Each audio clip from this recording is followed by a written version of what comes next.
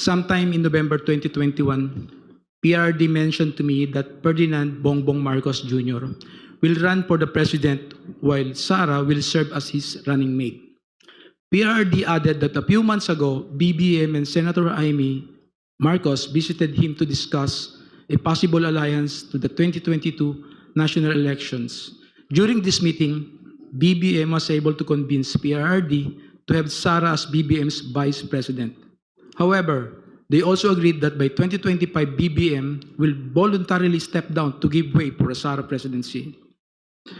After Sara took her oath as vice president, PRRD had a discussion with me, with retired generals of the Armed Forces of the Philippines, where I was also present regarding all the possible scenarios for unseating BBM by 2025. In case he reneged on his promise, the general objective was to ensure that PBBM will only serve less than 4 years of his term as president, so that Sara, upon assumption to the presidency, will still be eligible for the presidency in 2028.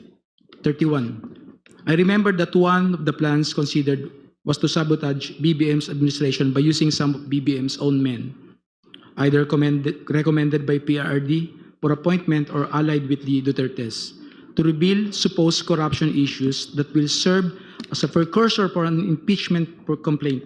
32.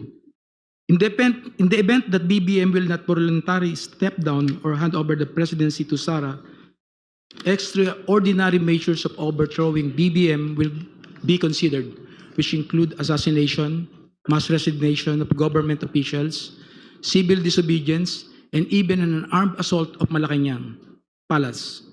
It was also considered by PRD to arrange assassination or armed hits of several government officials in order to cause massive civil unrest.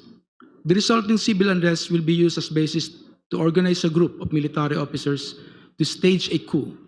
33. One of my assignments was to recruit civil groups, schools, clubs, fraternities, criminal groups, and syndicates